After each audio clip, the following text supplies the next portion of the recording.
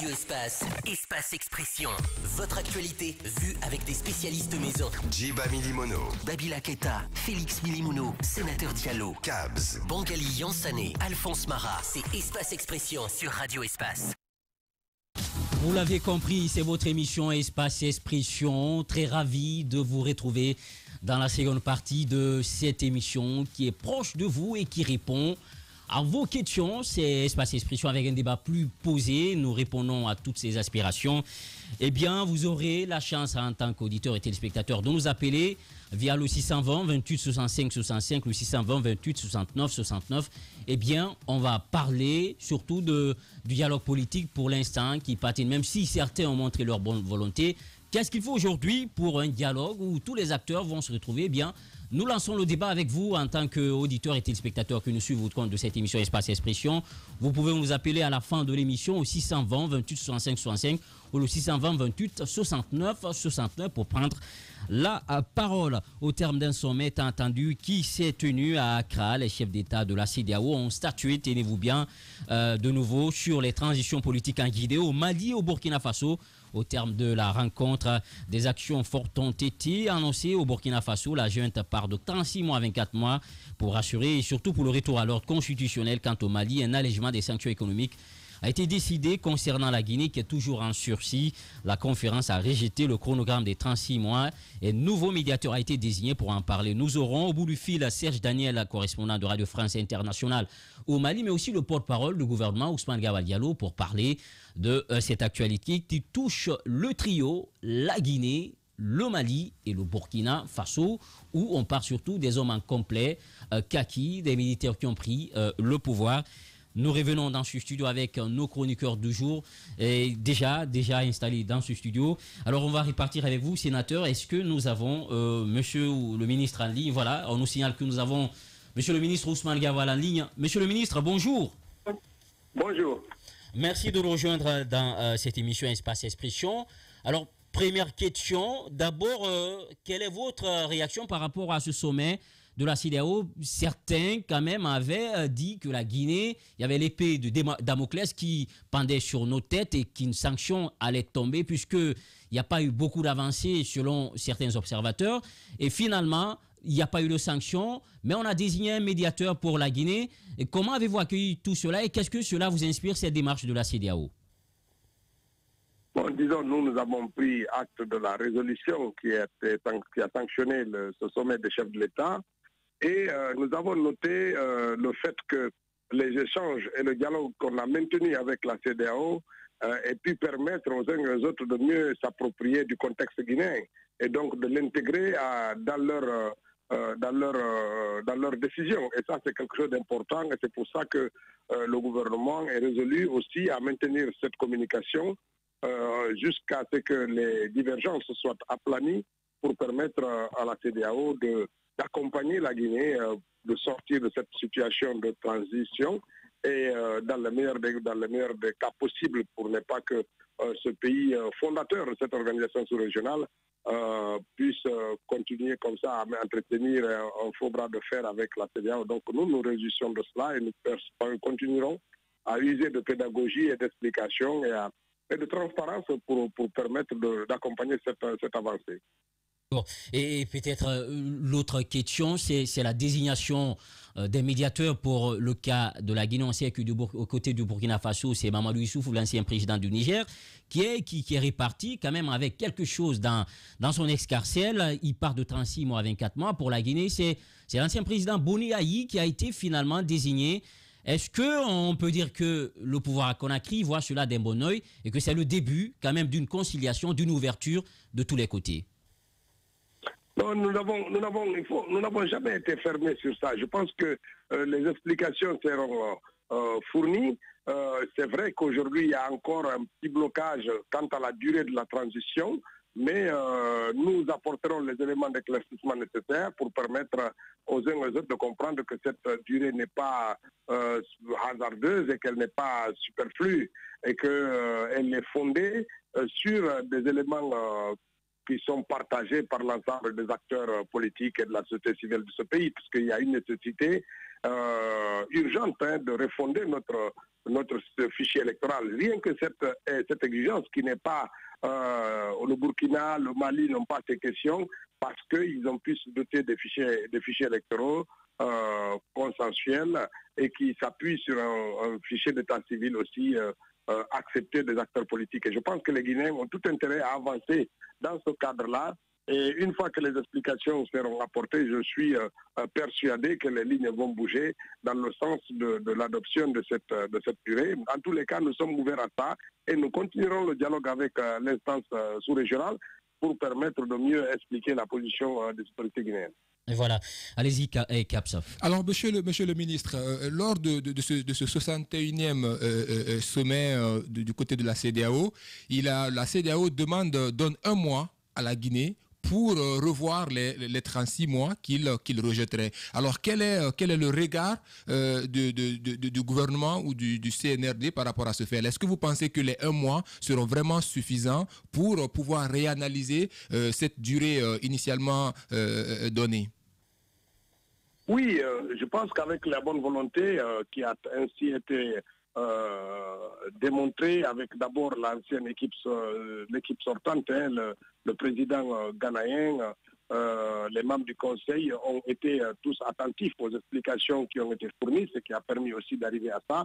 Et nous continuerons le même effort pédagogique avec un peu plus d'explications peut-être et d'informations sur ce que nous envisageons de faire. Parce qu'il faut moins se focaliser sur la durée que sur le contenu. Je pense qu'il faut travailler sur le contenu et on regarde ce qui est impératif pour notre pays pour sortir de la transition et partir sur des bases solides. C'est ce que nous allons mettre en avant et les explications seront fournies à la nouvelle équipe qui est arrivée. Et nous sommes persuadés que 30 jours seront suffisants pour arriver à un compromis acceptable. Et voilà. Allez-y, sénateur Diallo. Alors, nous espérons que la CEDEAO tiendra compte du contexte de chaque pays. C'est vous qui le disiez à la veille de ce sommet d'Accra, monsieur le ministre. Et il y a aussi les sanctions contre le Mali qui ont été levées, les sanctions partiellement des sanctions auxquelles d'ailleurs la Guinée avait refusé de souscrire. Est-ce que selon vous donnez raison à ces observateurs qui disent qu'il y a un canal spécifique entre la CEDEAO et le CNRD pour le cas guinéen et que la compréhension est fluide et qu'il y a vraiment des discussions souterraines entre la CEDEAO et vous parce qu'au regard de toutes les sanctions, au regard de la posture dure que la CEDEAO tient face au Burkina notamment et face au Mali, on ne constate pas cette même posture face à la Guinée. Est-ce qu'il y a une diplomatie souterraine? Est-ce qu'il y a une diplomatie souterraine, monsieur le ministre?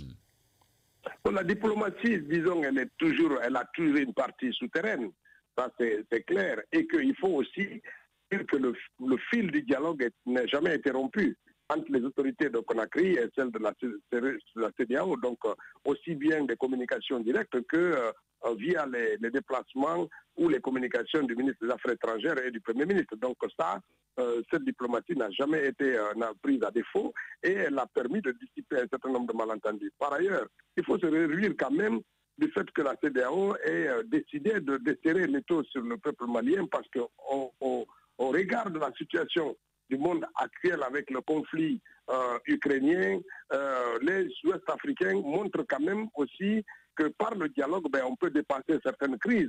Et il faut saluer cet esprit-là au niveau de la CEDEAO. Dans les échanges, dans le partage, dans l'écoute mutuelle, on peut dépasser les crises les plus solides et il faut se réjouir de cela et c'est quelque chose de fondamental. Maintenant, dans la distribution des résolutions issues de ce sommet, on voit bien qu'il y a des spécificités. Un pays, il n'y a peut-être pas la même décision qui tape unilatéralement tous les pays. Ça veut dire qu'on tient compte du contexte de chaque pays, on évolue et c'est ce qui explique cette différenciation de décisions concernant les 3 pays cités dans la résolution. D'accord, monsieur le ministre, avant d'aller avec Papayance, on sait que le Mali, à 3 jours de ce sommet, ils ont décliné un calendrier pour le retour à l'ordre constitutionnel, la présidentielle qui est prévue en 2024, mars 2024 plus tard, et également le Burkina Faso qui aussi décline juillet 2024. Pour l'instant, Guinée, c'est une nébuleuse, on ne sait pas où nous allons partir. Est-ce que vous ne pensez pas que tout cela n'apporte pas de l'eau au moulin de la Guinée, sachant que nous, à la différence des autres, jusque-là, il n'y a pas quand même d'action plus claire qui indique où nous voulons nous arrêter avec ces transitions-là. Oui, parce que simplement, je l'ai dit tantôt, le Mali et le Burkina n'ont pas de problème de fichier électoral contesté. Les deux-là n'ont pas ce problème. Ils n'ont même pas de problème immense dans la refonte législative de leur pays, de la législation de leur pays. Donc, les problèmes sont plus dans l'organisation du processus, dans les questions de sécurité et dans l'organisation d'un processus électoral. Donc, or, la Guinée, en plus des questions de refonte institutionnelle et législative dans notre pays, la question du fichier électoral, c'est un problème majeur parce qu'il a cristallisé toutes les crises de ces 10 à 12 dernières années. Donc, ce n'est pas le même problème et c'est pour ça qu'on ne peut pas les mettre comme ça en comparaison rapide. Ce serait dommage. Les Papayans, rapidement. Monsieur le ministre, nous avons vu, c'est l'actualité, Boni Yayi remplace Mohamed Ibn Chambas dans la médiation de la transition en Guinée. Est-ce que vous pensez vraiment que ce nouveau médiateur de la transition guinéenne va être capable de changer la donne, contrairement à son prédécesseur? Puisque des jugements avaient été apportés sur l'autre à un moment donné. Nous n'avons pas personnalisé la déclaration de CNRD à l'époque, ne personnalisait pas, ne faisait pas de M. Chambas le persona non grata, non. Nous avions estimé que la situation intérieure de la Guinée laissait encore de la place à un dialogue entre les acteurs ici et que cela n'était pas forcément l'arrivée immédiate d'un observateur. Ce n'était pas donc quelque chose qui était personnalisé. Ce que nous disons, c'est qu'avec la relance du dialogue aujourd'hui, il y a toujours la possibilité pour les Guinéens de se mettre autour de la table, de discuter, de s'entendre sur l'essentiel. Et que voilà, je pense qu'il faut donner la chance à cela. Ce serait aussi faire preuve de responsabilité et de grandeur que de voir les Guinéens autour de la table discuter en toute franchise et d'apporter des réponses aux problèmes qui posaient à leur pays. Maintenant, si on arrive à la conclusion qu'il n'est pas possible pour les Guinéens de discuter, de s'entendre, est-ce que dans ce cadre-là, un observateur ou un médiateur pourrait apporter des solutions? Parce qu'il ne faut pas enlever dans la résolution des crises la responsabilité des acteurs et la prise de conscience des acteurs sur la nécessité de faire des compromis pour faire avancer leur pays. Et c'est ça qui est fondamental pour nous. Ousmane Gawal Diallo, allez-y, Kiapsa pour voilà. la dernière question. Alors, monsieur le ministre, à vous entendre, hein, vous disiez que ce qui fait la différence entre le cas guinéen et le cas malien et le cas du Burkina, c'est dû à notre fichier. Est-ce que vous ne pensez pas que, par exemple, avec ce rapprochement, avec ce nouveau médiateur dans le dialogue qui va certainement avoir jour, est-ce que vous ne pensez pas que l'une des alternatives serait peut-être qu'on puisse réduire le fichier? Parce que ce qui fait qu'on va jusqu'à 36 mois, quand on prend le chronogramme qui avait été décliné, c'est que c'est la durée due au recensement global général de la population qui fait quelque part qu'on va très loin pendant qu'on avait un fichier qui était au début décrié, mais finalement accepté aujourd'hui par toutes les classes, par la classe politique, en disant que ce dernier fichier qui a été utilisé finalement, qui avait même été validé par les experts de la CEDEAO, de l'OIF, etc., que si on revenait uniquement qu'à ce fichier qu'on actualisait, on pouvait directement gagner du temps et finalement venir à 24 mois ou moins. Non, il y a une mauvaise lecture de cette situation. Le recensement général de la population et de l'habitat, c'est l'exercice le plus court en termes de recensement, parce que c'est un recensement qui prend au maximum 30 jours seulement, et il est terminé. Ce n'est pas ce qui vient allonger le processus. Ce qui explique une durée de cette opération, c'est parce que si on veut partir d'un fichier consensuel, c'est vrai, une partie de la politique aujourd'hui dit oui, on peut aller avec le fichier là, on n'a même pas besoin de l'actualiser, d'autres disent il faut l'actualiser. Mais est-ce que c'est un fichier consensuel qui peut enlever à notre pays les germes d'une crise future? Parce qu'il faut qu'on essaie de régler quand même de façon durable et définitive cette question-là. Regardez la question du Mali, la crise au Mali ou au Burkina. Cette question ne revient pas. Parce qu'ils ont pris à un moment ou à un autre leur temps de régler définitivement cette question. Nous voulons donner cette chance à la Guinée de régler la question électorale définitivement par rapport au fichier. Maintenant, il ne faut pas que les gens confondent l'opération de production du fichier électoral via l'élaboration d'un fichier d'état civil et le recensement général de la population, qui est une opération statistique qui ne dure même pas plus d'1 mois. Donc ce n'est pas la même chose. Et c'est ce que j'avais déjà essayé d'expliquer sur vos ondes pour dire qu'on entretient l'amalgame, mais ce n'est pas le recensement général de la population et de l'habitat qui allonge la durée de cette opération. Et voilà, Ali Félix, peut-être dernière question. Monsieur le ministre, c'est vrai que la CEDEAO va débourser donc un médiateur qui va venir peut-être gérer la crise, même si vous pensez qu'il n'y a pas de crise. Mais moi, je veux beaucoup plus aller sur le cas des dirigeants guinéens, notamment le CNRD. Dernièrement, il y avait la concertation, le dialogue que le Premier ministre avait demandé, mais à la sortie, il y a quelques politiques qui ont pensé que le dialogue non seulement était mal organisé et qu'il y avait, entre guillemets, un peu de toïboï dans ces dialogues, et donc d'autres coalitions même se sont retirées. Aujourd'hui, qu'est-ce que le gouvernement ou le CNRD est en train de faire ou peut faire, au-delà même du médiateur que la CEDEAO va envoyer, pour quand même ramener ces gens-là. Pour ramener ces gens vers la table de dialogue? Il faut toujours que les uns et les autres acceptent de se parler, de se mettre autour de la table. C'est difficile. Nous sommes un pays qui n'a pas nécessairement la culture du dialogue et du compromis. Nous sommes en apprentissage sur ces paramètres-là. Il faut encore continuer à faire de la pédagogie pour que les uns et les autres acceptent qu'ensemble nous essayons de corriger les imperfections et qu'on puisse avancer. Je pense que ce qui est important, comme partout, il faut de la bonne volonté, il faut de la responsabilité pour aller. Il ne faut pas s'arrêter sur les petits écueils. Il faut regarder l'objectif qui nous réunit et aller de l'avant par rapport à ça. Voilà, monsieur le ministre Ousmane Gawal Diallo. Et Babila, vous avez une question? Oui, allez-y rapidement. Deux questions rapidement. Oui. Le micro. Le micro, voilà. Allez-y. Voilà. Monsieur le ministre, voilà, le micro toujours n'est pas activé. Je pense que. Et puis peut-être utiliser l'autre micro. Allez-y, voilà. Monsieur le ministre, moi j'ai deux questions pour vous. La première. À quoi peut-on s'attendre au terme des 30 jours qui vous sont accordés par l'organisation sous-régionale? L'autre question, est-ce que pour vous, le manque du cadre, le manque de dialogue n'est pas le point de crispation aujourd'hui de la situation dans notre pays? Est-ce que le fait si le CNRD parvient à instaurer un cadre réel de dialogue, cela ne va pas permettre, n'est-ce pas, à la junte ou en tout cas aux partenaires de la Guinée de faire confiance au CNRD quant à sa volonté justement de permettre le retour rapide à l'ordre constitutionnel? C'est vrai que l'absence de dialogue est une source d'incompréhension. C'est pour ça que nous mettons autant d'efforts pour amener les acteurs politiques autour de la table et de discuter, les acteurs de la société civile également. Donc il faut accentuer ça et on sait parfaitement si les Guinéens apportent la preuve qu'ils sont capables de s'entendre et de mettre à côté les émotions et de s'entendre en toute responsabilité sur ce qui les unit. Je pense qu'on peut apporter aussi là la preuve que nous sommes une société qui a tourné la page de notre histoire récente et qu'on est capable de s'entendre et de mettre en œuvre les résultats de nos accords. C'est ça qui est fondamental après tout. Voilà, Ousmane Gawal Diallo, porte-parole du gouvernement.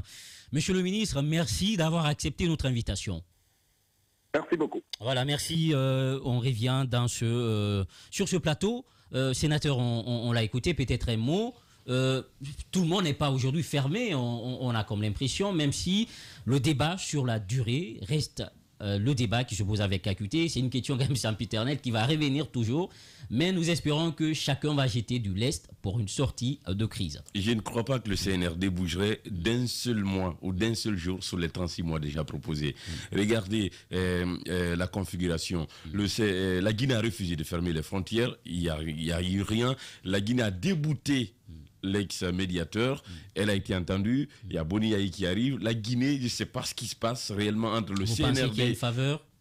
Je ne sais pas ce qui se passe exactement entre le CNRD et la CEDEAO, mais je crois qu'il y a une compréhension, et ce qui m'amène à dire que le CNRD ne va pas bouger d'une seule semelle de ces 36 mois. Ça va être meublé, il y aura du vernis, il y aura du dialogue à plusieurs étages. Ça va être... il va apporter son expérience aussi, Boni Yayi et tout. Il va nous sortir des discours comme on sait de la CEDEAO, mais la situation va se tasser, les tensions vont se dissiper. Je ne crois pas une seule fois qu'il y ait le délai de 36 mois déjà entériné et par le CNRD et par le CNT puisse bouger d'une seule semaine. Et quand même, c'est la pomme de discorde. Si cela ne bouge touche pas, je ne vois pas pourquoi on ira à un dialogue. Parce qu'il y a un changement quand même qui s'est opéré à la tête de la CEDEAO. Ambalo qui vient, les commissions ont été renouvelées. Nous passons de 15 commissaires à 7 avec toutes ces réformes. Nous pensons qu'avec ce nouvel homme fort qui vient, certainement il vient avec sa politique, avec sa recette, et qui pourrait amener le CNRD à revoir un peu sa position sur la durée. Oui, bien sûr, bien entendu, on espère bien, mais quand on sait déjà qu'il ne faut pas oublier que la CEDEAO, c'est vrai que la tête change. Il y a le président Ambalo qui vient, mais il trouve déjà un système qui est déjà là, qui a déjà été entretenu pendant plusieurs mois. Mais moi, par rapport au cas guinéen, il y a quand même quelque chose qu'il faut signifier, qu'il faut signaler quand même. Aujourd'hui, on ne parle, moi, c'est même plus la durée de la transition qui m'inquiète. Mais cette transition, elle commence quand?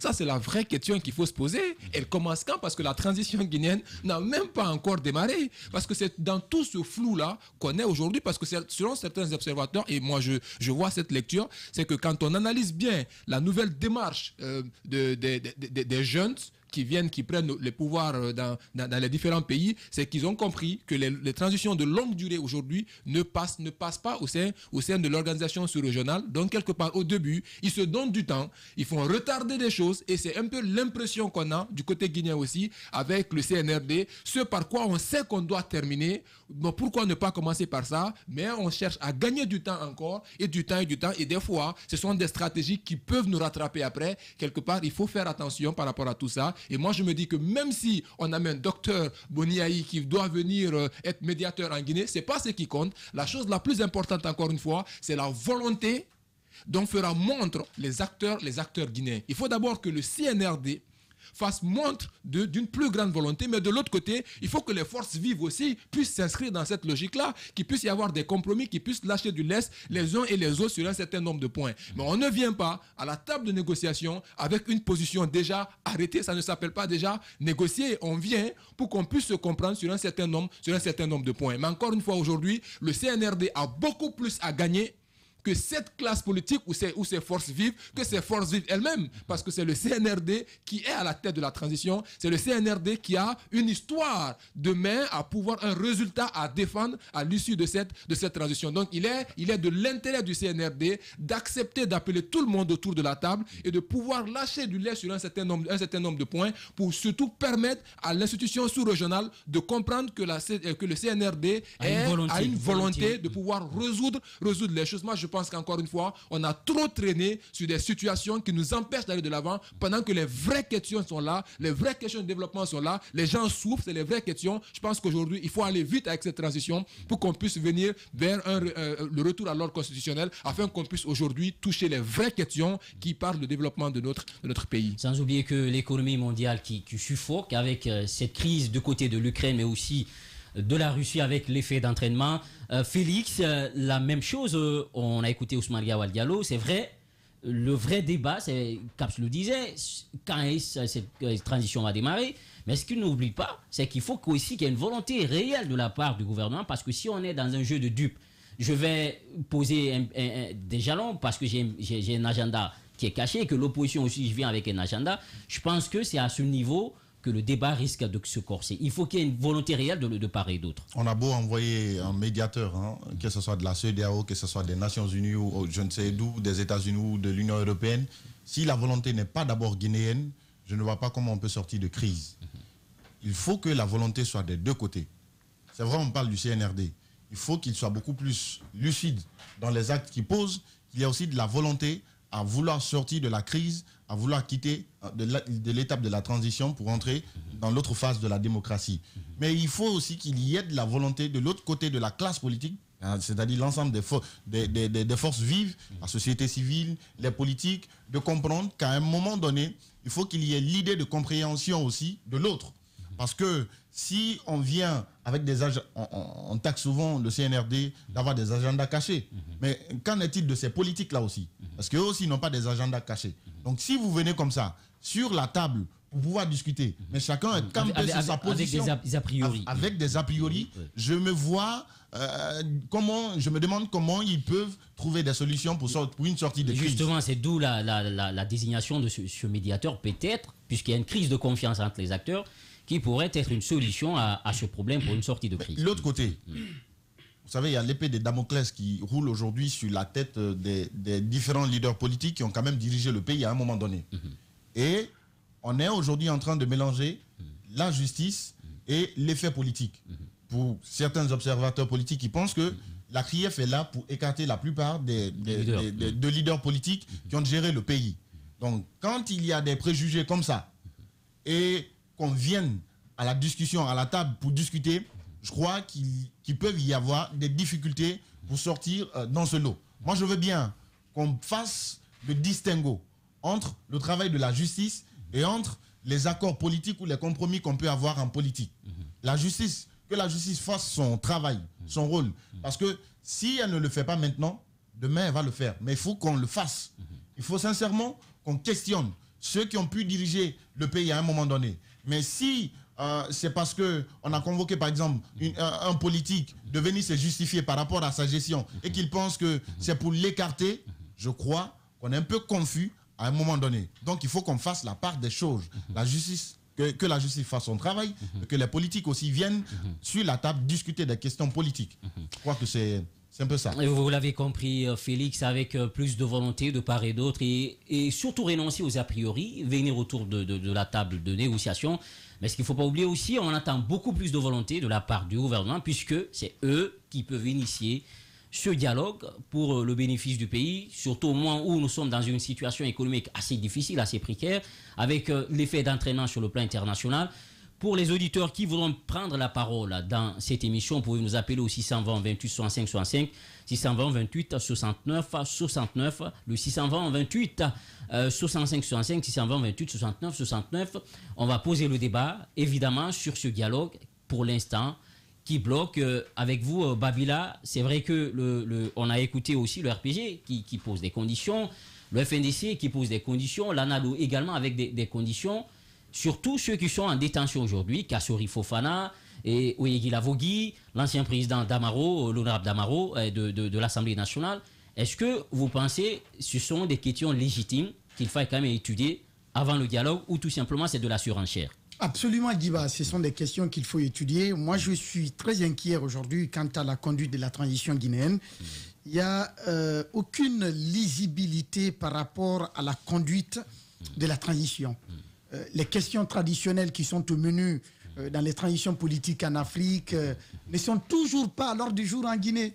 On parle de constitution, on parle de fichier électoral, on parle de l'organisation des élections. Aucune de ces questions n'est encore sur table ici en République de Guinée. Et le malheur est que jusqu'ici, le peuple, en tout cas, il y a des citoyens qui ne réalisent pas les conséquences d'une transition militaire dans un pays.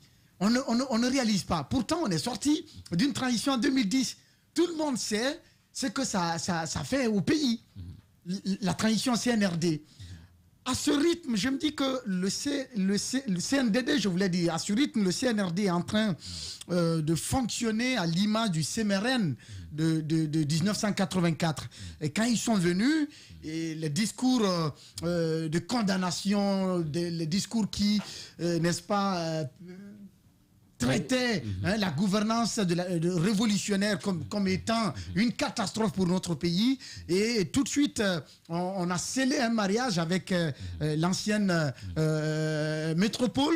Et finalement, il n'y avait pas de... On était en train de dire, le chantier, il est vaste. Il faut refonder l'État. Il faut mettre en place les institutions. Donc, il y a eu tout un arsenal, n'est-ce pas, vous pensez aujourd'hui c'est une manœuvre dilatoire pour gagner du temps? C'est une manœuvre dilatoire pour gagner du temps. C'est ça la réalité. Il ne faut pas se voiler la face. C'est évident, Djiba. Aujourd'hui, nous, on est à près d'un an de la prise du pouvoir. Qu'est-ce qui est fait concrètement pour montrer à l'opinion publique qu'effectivement, le CNRD a la volonté de permettre à notre pays de sortir de cette transition? Il n'y a aucun élément qui nous permet de Pour vous, il n'y a pas d'élément d'appréciation. De mon point de vue, en tout cas, il n'y en a pas. Et aujourd'hui, on fait semblant comme si tout allait bien. Imaginez, on dit, on est venu trouver que les caisses étaient vides. Mais c'est faux. Ça, c'est une autre réalité. Au moment où Alpha Condé, on renversait Alpha du pouvoir, les administrateurs se plaignaient qu'il n'y avait pas de décaissement.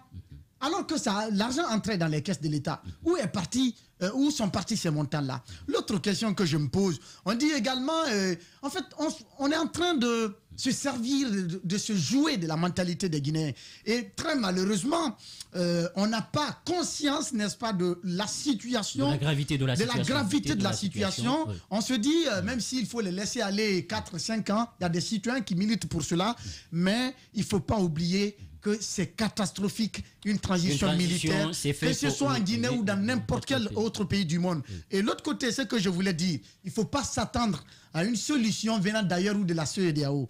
Ce n'est pratiquement pas possible. La géopolitique s'est invitée dans cette histoire. Pourquoi? Il faut comprendre même pourquoi l'allègement des sanctions du côté du Mali. Parce qu'il faut le faire pour ne pas donner l'impression à l'opinion publique africaine et internationale qu'on est en train de jouer en faveur de la junte guinéenne alors qu'on est en train de durcir le ton contre le Mali. Donc il faut atténuer un peu la situation pour essayer de mettre sur la place publique une certaine forme d'équilibre alors que ça n'a absolument rien de concret. Peut-être l'autre raison aussi, il y a une nouvelle équipe qui arrive, peut-être c'est de permettre à cette nouvelle équipe de s'installer, puisqu'aller sur des sanctions tout de suite, cette équipe quand même aura du travail. Djiba, ce qui est vrai, il ne faut pas le nier, la junte guinéenne, tout comme on le dit, le coup d'État est la fille de la réforme constitutionnelle. Oui. Et donc la junte guinéenne, moi je me dis que c'est un instrument de la géopolitique aujourd'hui. La gestion de la transition guinéenne, il y a une forte dose de la géopolitique qui s'est invitée dans la danse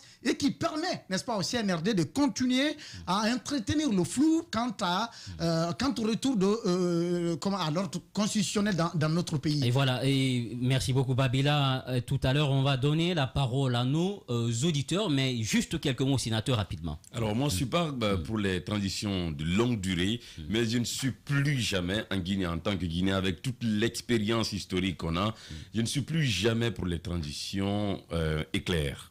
On a vu la transition avec le CNDD, voilà. Mais je trouve aussi que comparer le CMRN du colonel d'alors, Lansana Conté, au CNRD du colonel Doumbouya, c'est être un petit peu en déphasage avec toute la réalité historique de ce pays. Le CMRN est venu, ils n'ont pas fixé de cap. On a coulé ensemble et finalement c'est une vingtaine d'années et plus. Le CNRD est venu, tout de suite on a eu un cap. Qu'il soit grand, long, petit ou étalé, on a une durée de la transition quand même proposée par le président de la transition et amoindrie de façon entre guillemets fallacieuse par le CNT. 36 mois, on a un cap qu'on n'avait pas sous Lansana Conté. Et encore une fois, il ne faut pas tomber dans cette facilité de comparaison. Mais qu'est-ce qui rassure? Qu'est-ce qui rassure que la transition guinéenne ne va pas aller au-delà des 36 mois? Impossible, parce que le CNRD s'est fait entériner par son organe législatif de la transition. Donc il propose, il laisse la transition, le CNT entériné. Donc on a une façon de législation qui est intervenue dans elle-même sa proposition. Ce que je veux dire encore, c'est il ne faut pas tomber dans la facilité de comparaison du défunt régime et de cette junte militaire. Le défunt régime... Les contextes pour vous ne sont pas les mêmes. Ce n'est même pas les mêmes hommes, même pas la même mentalité. Il faut dire les mots tels qu'ils sont. On ne va pas revenir sur la gestion d'Alpha Condé, c'est une catastrophe. Là, on ne va pas refaire l'histoire. Oui, mais quand même, il ne faut pas être catégorique. C'est une catastrophe. Non, mais je ne suis pas d'accord avec vous. C'est vrai qu'il y a dans la gestion d'Alpha Condé, on peut dire globalement que le bilan n'a pas été satisfaisant. Ça, c'est votre avis. Moi, mon avis, à des égards, à des endroits, quand même, il y a eu des réformes. Quand je pèse la gestion d'Alpha Condé, le pour et le contre, je vais plus loin que la catastrophe, c'est un accident. Alpha Condé ne devrait pas gouverner la Guinée.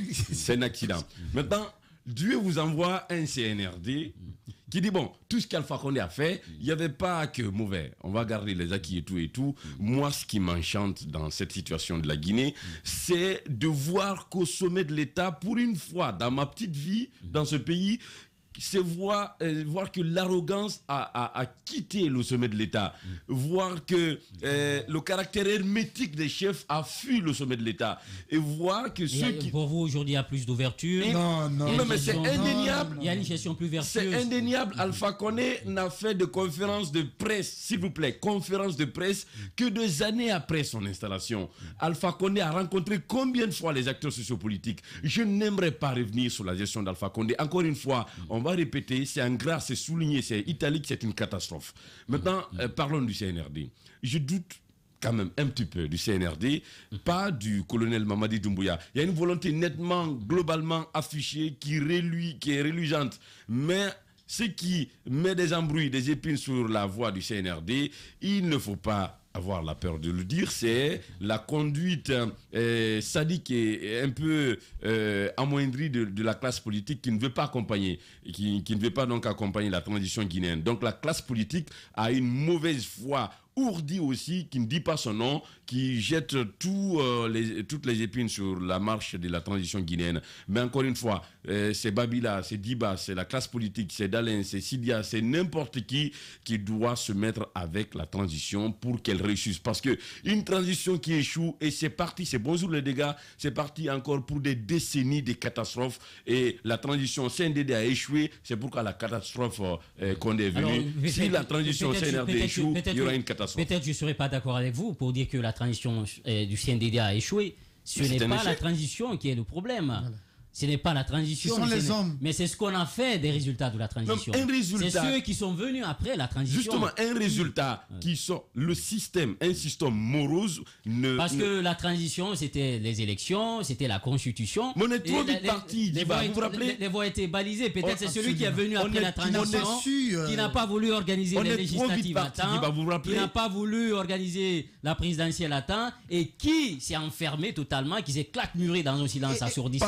Parce que la transition d'alors, parce que la transition d'alors n'a pas exactement fait ce qu'elle devait faire. Il y a une transition gérée par deux visages, deux hommes. Et on sait, on ne va pas refaire l'histoire, on sait la manie par laquelle le CNDD a géré la fin de la transition. Ce n'était même plus le CNDD, c'était comment il s'appelle, le général Konaté. C'était pas exactement le CNDD ça. Le CNDD a échoué, c'est pourquoi on a une catastrophe Alpha Condé. Si le CNRD échoue, on risque d'avoir une catastrophe d'un autre nom. Donc, il faut pas se leurrer, il ne faut pas se voiler la face. La transition CNDD ne peut pas être inscrite dans l'histoire de la Guinée comme une réussite. Pas possible. Voilà, vous l'avez compris, c'est sénateur toujours égal à lui-même. C'est votre émission Espace Expression. Avant de donner la parole, on se bat comme de beaux diables pour essayer de joindre Serge Daniel qui nous attend du côté de Accra, qui a pris part à ce sommet des chefs d'État de la CEDEAO. Il faut rappeler, il y a eu des réformes qui ont été quand même apportées, telles que le changement à la tête de l'institution Ambalo Sissoko qui prend dorénavant la tête, même si certains chefs d'État avaient exprimé des craintes compte tenu de l'instabilité dans son pays pour dire qu'il fallait donner la chance à un autre chef d'État de prendre la parole et de prendre la tête.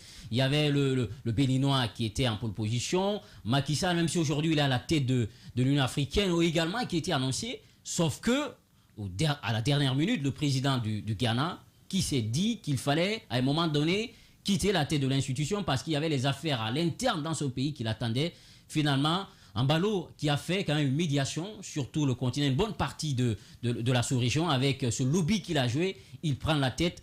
Quelle va être quand même sa position par rapport à la crise au Mali, en Guinée, au Burkina Faso? Eh bien, nous allons être édifiés dans les jours à venir. Un changement aussi au niveau de la commission de la CEDEAO, puisque il y a Kassibrou qui part du côté de la BCAO et Aliou qui prend la tête, surtout le Gambien qui prend la tête de la commission, sans compter que du côté aussi du Conseil de paix et de sécurité de la CEDEAO, qui est quand même un poste stratégique que les francophones voulaient prendre. Finalement, c'est le Ghanéen qui prend ce poste, aux grandes dames du Sénégal qui avaient quand même des vues sur ce poste. Et quelle va être l'approche de ces hommes qui vont occuper ces commissions, sans compter qu'il y a des réformes qui ont été apportées sur le fond. Par exemple, on passe de 15 commissaires à 7 commissaires.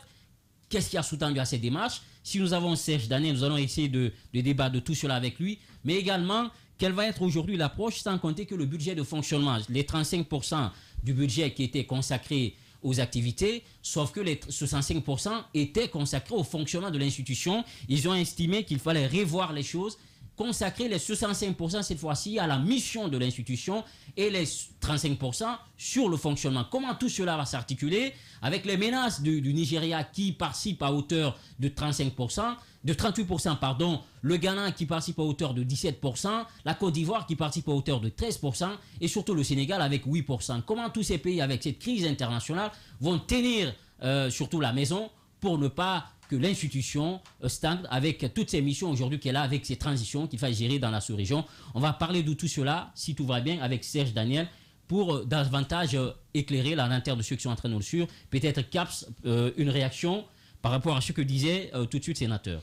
Ben voilà, moi, ce que je veux rappeler, c'est il faut dire aussi que quand on suit les forces, notamment la classe politique, on peut se dire, certes, des fois, qui doivent aussi faire preuve de volonté, mais il faut quand même revenir sur un point qui est quand même très simple.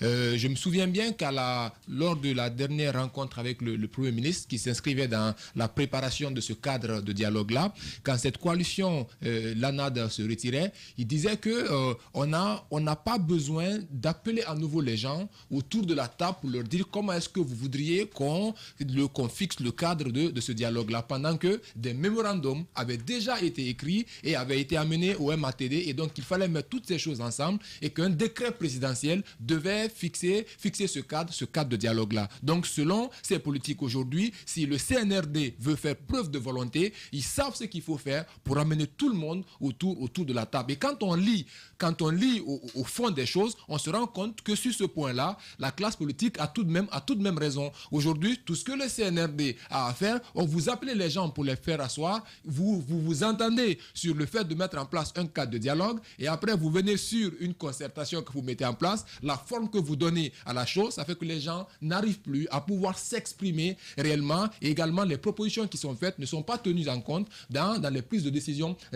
derrière. Il est important à un moment donné que quand on réunit les gens et qu'on s'entende sur un certain nombre de faits, que dans la pratique, qu'on puisse pouvoir exécuter ce sur quoi tout le monde s'est entendu. Et donc, quand on voit une partie sortir de ça et ne pas appliquer ce à quoi on s'était attendu, ça va de soi que les gens ne soient plus contents. Moi, je pense qu'aujourd'hui, le CNRD, encore une fois, c'est eux, le président de la transition, c'est le colonel Mamadi Doumbouya, il devient le père de la nation. Et quand on est père, on a le dos large. Et ayant le dos large, ce qu'il doit faire aujourd'hui, c'est d'accepter. Vous savez, à un moment donné, quand vous êtes avec vous ne vous entendez pas avec quelqu'un, c'est simple.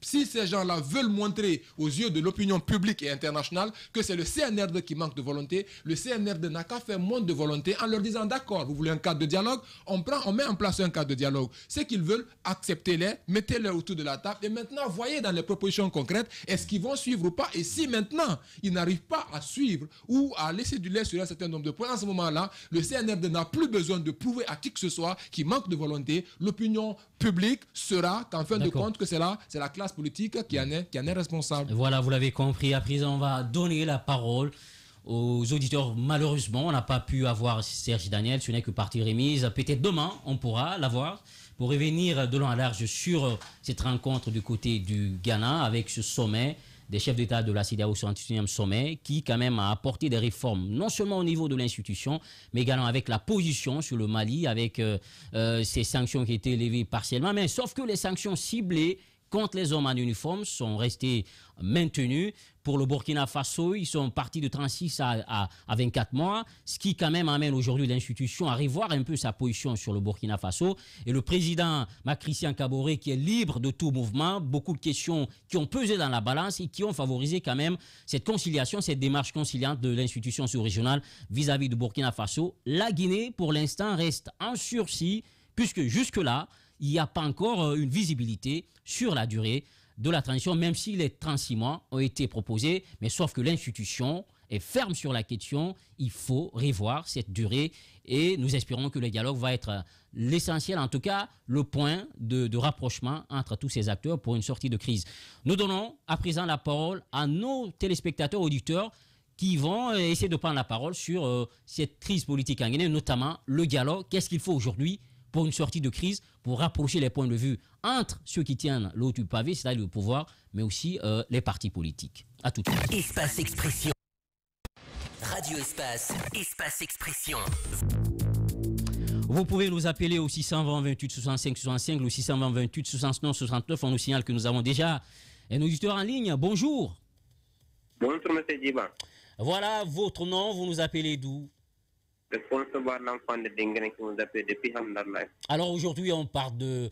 Finalement, Guinée, c'est devenu une question sempiternelle. Le dialogue, depuis 10 années, on en parle et on revient avec la même expression, cette sémantique. Le dialogue, il faut le faire. Pour vous aujourd'hui, quelle est la forme il faille donner à ce dialogue et pour une sortie de crise? Qu'est-ce qu'il faut aujourd'hui?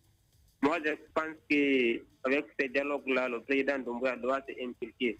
C'est très important parce que ce manque de confiance que les gens sont en train de dire qu'ils ne vont pas participer. Donc, moi, ce que je vais demander, Dieu merci, qu'hier, la CEDEAO n'a pas sanctionné la Guinée. Ça, c'est une bonne chose. Mais là, ce que moi, je demande aux classes politiques et la société civile avec ce gouvernement-là, vraiment de s'asseoir, de dialoguer, c'est très important. Et ce n'est pas fait comme ce qui s'est passé dans Alpha Condé. Si on tombe d'accord sur quelque chose et le gouvernement ne va pas respecter, donc dialoguer, parce que s'il n'y a pas de dialogue, c'est des manifestations, on connaît la conséquence des manifestations. Voilà, vous l'avez compris. Merci à vous, merci à notre auditeur en ligne, on nous signale. Bonjour, votre nom, vous nous appelez d'où? Voilà, essayez de prendre une distance avec le poste récepteur ou la télévision puisque la communication n'est pas bonne. Un autre auditeur en ligne, on nous signale là, et sur le débat politique en Guinée. Souvent, nous parvenons à de fragiles conclusions, compromis et surtout, c'est ce scénario qui continue. Espérons que cette fois-ci, on va trouver une solution à ce problème. Un autre auditeur en ligne, on nous signale, appelez-nous au 620 28 65 65 620 28 69 69, votre avis nous intéresse sur ce débat avec cette désignation des médiateurs pour la Guinée. Est-ce qu'on va dire finalement ça va nous aider à concilier les points de vue entre les acteurs d'un côté, ceux qui dirigent le pays, mais de l'autre, les partis politiques? On essaie d'en parler avec nos auditeurs. Vous pouvez nous joindre au 620 28 65 65 620 28 69 69. Est-ce que vous avons un auditeur en ligne? Voilà, on nous signale. Est-ce qu'il est là? Bonjour. Bonjour, monsieur. Oui, bonjour. Votre nom, vous nous appelez d'où? Mon nom, c'est Berité Ousmane. Oui, monsieur Berité, on vous pose la même question. Je vous appelle depuis en Coussin. Oui, allez-y, on vous écoute. Voilà, bon, ce que j'ai à dire par rapport à la classe politique. Oui. Nous avons suivi avec intérêt, disons que la réunion du chef d'État de la CEDEAO. Oui. Maintenant, il faudrait qu'on trouve à l'interne des solutions vraiment allant dans le sens vraiment de l'apaisement. Pour qu'entre nous et cela, maintenant, on se parle. D'accord. D'accord, une solution endogène, une solution à l'interne. Merci beaucoup. Et voilà, continuez à nous appeler. On nous signale, voilà, on est pris par le temps. Ce n'est que partie remise. C'était le baptême de feu. Aujourd'hui, cette émission, nous la portons jusqu'à la fin des vacances. Vous restez avec nous. Demain, on se retrouve pour d'autres questions à débattre. Merci à toute l'équipe Babila qui est avec nous, Félix qui nous a accompagnés dans cette émission, Capsa qui est resté avec nous, qui n'est pas allé en vacances, Sénateur qui nous rejoint puisque c'était un habitué, et peut-être de nouveaux visages. Nous avons Papayans que vous allez retrouver peut-être indéfiniment avec nous au cours de cette émission. Ça a été un plaisir de partager ce plateau avec vous. On se retrouve demain, surtout comme on dit, un arbre qui tombe dans la jungle, dans le bruit, que si les hommes sont là pour écouter, sinon il n'y a pas de bruit. Donc on n'existe qu'à travers vous. Prenons soin de la Guinée, car elle le mérite. Au revoir. Radio Espace, Espace Expression. Votre actualité vue avec des spécialistes maison. Djiba Milimono, Babila Keita, Félix Milimouno, Sénateur Diallo, Kabs, Bangali Yansané, Alphonse Marat. C'est Espace Expression sur Radio Espace.